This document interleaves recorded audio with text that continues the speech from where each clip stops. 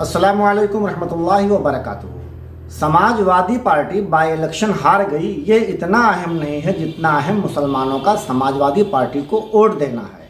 Samajwadi party लगातार मुसलमानों के साथ चूहे बिल्ली का खेल खेल रही है। इसके बावजूद मुसलमान समाजवादी पार्टी समेत तमाम नाम नहाद सेकुलर पार्टियों के सियासी जाल को समझने के लिए तैयार नहीं है। दरअसल जिस दिन अखिलेश यादव ने विधानसभा अपोजिशन की कमान संभालने का फैसला लिया, उसी दिन यह बात तय हो गई थी कि समाजवादी पार्टी के मुखिया अखिलेश यादव बीजेपी के सामने हथियार डाल चुके हैं। सूबे की सियासत में खुद को बाकी रखने के लिए मुसलमानों को समाजवादी पार्टी से जोड़ कर रखना अखिलेश यादव की सबसे बड़ी मजबूरी बन चुकी है। इसलिए मुसलमानों के खिलाफ एक साजिश के तहत आजम खान को फ्रंट पर लाया गया, ताकि बहैसियत एक सियासी कुव्वत मुसलमानों को मुत्तहिद होने से रोका जा सके।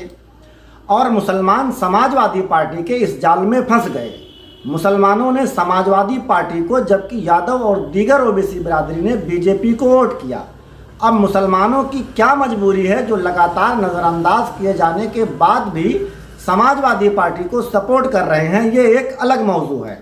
बहरहाल इस तरह समाजवादी पार्टी पार्लियामेंट की अपनी दोनों सीटें गंवा बैठी, लेकिन इस दरमियान समाजवादी पार्टी अपना मुस्लिम वोट बैंक बचाने में कामयाब रही। मुसलमान समाजवादी पार्टी के झांसे में इसलिए भी आ गए क्योंकि इस ज़िमनी इलेक्शन में मुस्लिम लीडरशिप वाली पार्टियां MIM और पीस पार्टी ने हिस्सा ही नहीं लिया।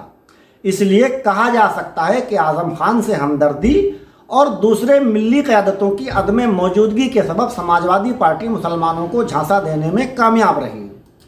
फिलहाल अखिलेश यादव मरकज़ी सियासत में हाशिए पर जा चुके हैं, इसलिए उनकी सारी तवज्जो इस बात पर है कि किसी तरह समाजवादी पार्टी को रियासती सतह पर बचाए रखा जाए। समाजवादी पार्टी को यूपी की सियासत में बनाए रखने के लिए ज़रूरी है कि सपा के वोट बैंक को मेंटेन रखा जाए। भले ही समाजवादी पार्टी को मिलने वाला ये रिवायती वोट बैंक ना सही, लेकिन अखिलेश यादव इसको बनाए रखने में अगर नाकाम हुए तो उनके पास एक सिंगल ऑप्शन यही बचेगा कि अखिलेश यादव बीजेपी से इत्तेहाद कर ले या फिर पूरी समाजवादी पार्टी को ही बीजेपी में विलय कर दे। फिलहाल बीजेपी से इत्तेहाद या विलय करना दोनों ही सियासी एतबार से मुसलमानों को मुत्तहिद कर सकता है और मुल्क में मुसलमान एक नई सियासी ताकत बन सकते हैं। इसलिए ऐसा नहीं किया जा रहा है, लेकिन आज ना सही ये काम होगा ज़रूर। अब रही यह बात कि मुस्लिम लीडरशिप वाली पार्टियों ने मैदान बिल्कुल खाली क्यों छोड़ दिया। आखिर MIM और पीस पार्टी ने आजमगढ़ और रामपुर दोनों ही सीटों पर अपने उम्मीदवार क्यों नहीं दिए। तो इसका सीधा सा जवाब यह है कि मुस्लिम लीडरशिप ने जानबूझकर मुसलमानों को एक और मौका दिया ताकि ये तय हो सके कि बीजेपी की बी टीम कौन है, MIM, पीस पार्टी या नाम नहाद सेकुलर पार्टियां। और इस ज़िमनी इलेक्शन ने एक बार फिर यह साबित कर दिया कि ये नाम नहाद तमाम सेकुलर पार्टियां बीजेपी को शिकस्त नहीं दे सकती। इसलिए मुसलमानों को अपने तरीके सियासत पर एक बार नजरसानी ज़रूर करना चाहिए। मुसलमानों को इसलिए भी अपने सियासी तौर तरीक़ों पर असर-ए-नौ गौर करना चाहिए क्योंकि मुस्लिम वोटों से हासिल हुई जीत में भी मुसलमानों का कोई हिस्सा नहीं होता, जबकि चुनाव हारने के बाद नाम नहाद सेकुलर लीडरशिप सबसे पहले मुसलमानों को ही गालियां देती है। इसकी ताज़ा मिसाल हालिया आजमगढ़ ज़िमनी इंतखाब में समाजवादी पार्टी के उम्मीदवार धर्मेंद्र यादव और बसपा सुप्रीमो मायावती ने अपनी हार का ठेकरा मुसलमानों पर फोड़ दिया, जबकि हकीकत क्या है आप खुद देख लीजिए। हाँ, हमारा नाम है महेंद्र यादव।